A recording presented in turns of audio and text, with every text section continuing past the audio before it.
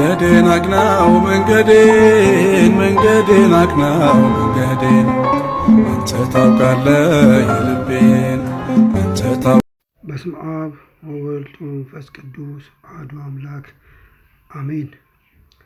በታሪክ ማህደር ውስጥ እምነት በብዙ መከራዎች የሚፈተንበት፣ ጽናት ደግሞ የድል ዘውድ የሚደፋበት ዘመን የማይሽረው የጀግንነት ምሳሌዎች አሉ። ከነዚህ ውስጥ አንዱ በቤተ ክርስቲያናችን ስንክሳር በየዓመቱ ሰኔ 5 የሚዘከረው አንዱ ቅዱስ ያዕቆብ ምስራቃዊ የሰማዕትነቱ ታሪክ ነው።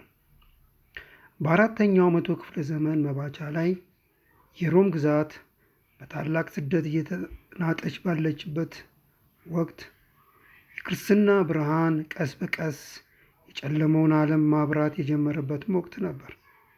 በዚህ ወሳኝ የታሪክ ምዕራፍ ውስጥ ብቅ ካሉ ታላላቅ ቅዱሳን መካከል አንዱ ቅዱስ ያዕቆብ ምስራቃዊ ነው።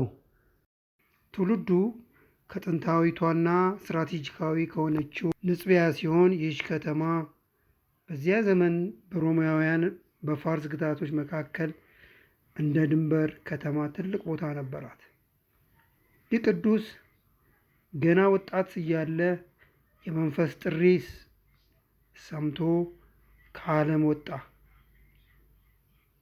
ከምዕመን ዋልጦስ ዘመን በኋላ የታላቁ ቆስጠንጢኖስ ልጅ በሆነው በታናሹ ቆስጠንጢኖስ ዘመን፣ በከሃዲው ሊያኖስ ዘመን በምስራቅ ገዳማት ካሉ አንዱ በንጽቢያን አቅራቢያ ከሚገኙ ተራሮችና በረሃዎች ከዓለም ወጥቶ እንደ ባሕታዊ ይኖር ነበረ። በዚህ ወቅት የጾም የጸሎትና የመንፈሳዊ ተጋድሎ ሕይወትን ይመራ እንደነበር ይነገራል። በገድል ተጠምዶ ኖሯል።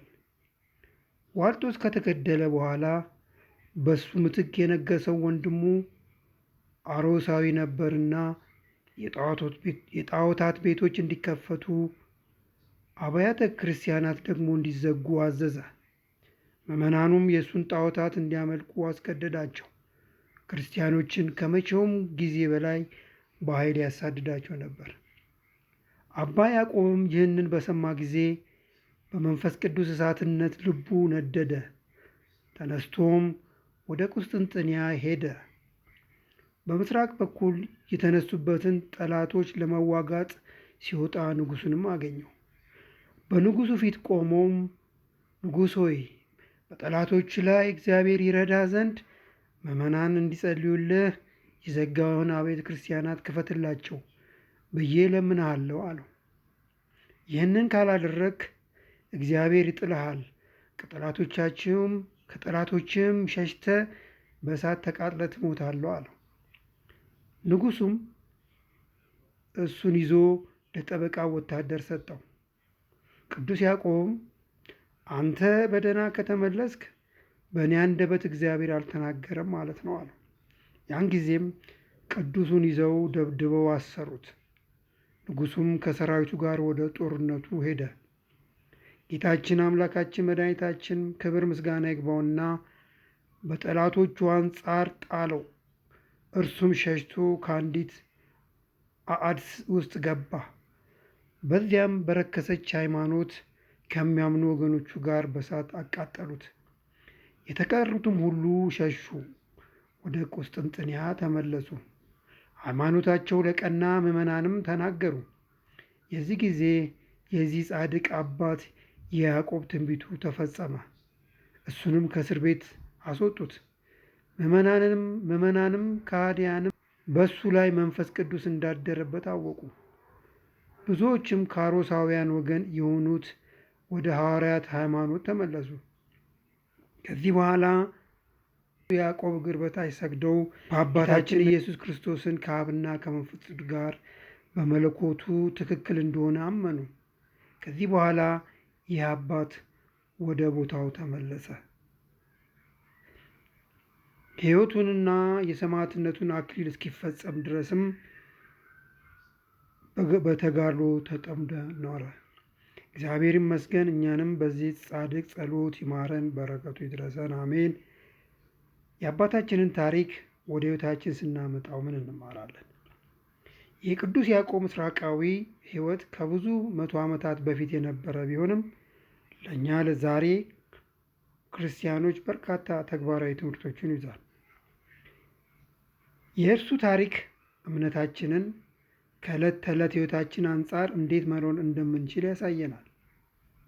አንደኛ፣ በእምነት መጽናትና ለእውነት መቆምን ያስተምረናል። ቅዱስ ያዕቆብ በእምነቱ ምክንያት ታስሯል፣ ተሰቃይቷል። በኋላም ቤተ ክርስቲያን በመናፍቃን ትምህርት ስትታመስ እርሱ ለእውነት ቆሞ በእግዚአብሔር ተማምኗል።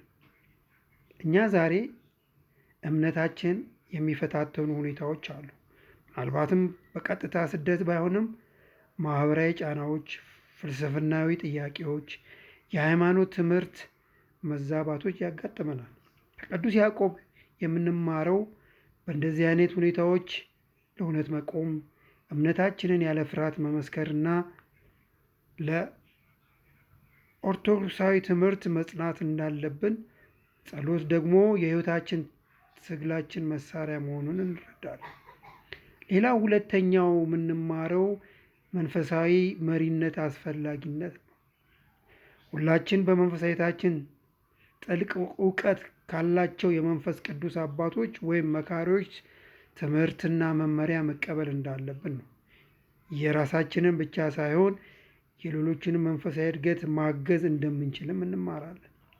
ሶስተኛ፣ ዓለምን መናቅና ለፈጣሪ መኖርን ያስተምረናል። ቅዱስ ያዕቆብ በበረሃ እንደ ባሕታዊ የኖረ ራሱን ለእግዚአብሔር ሙሉ በሙሉ አሳልፎ የሰጠና ከዓለማዊ ነገሮች የመራቅ ምሳሌ ነው። ይህ ገዳማዊ መንፈስ ከኃጢአት በመራቅና ለእግዚአብሔር ብቻ መኖር ትልቅ ሚና እንደሚጫወት ያሳየናል።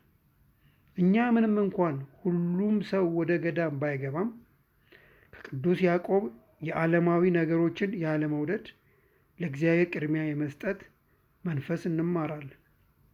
በቁሳቁስና በዓለማዊ ምኞቶች ከመታሰር ይልቅ መንፈሳዊ ሕይወትን ማጎልበት ላይ ማተኮር እንዳለብን ያስተምረናል።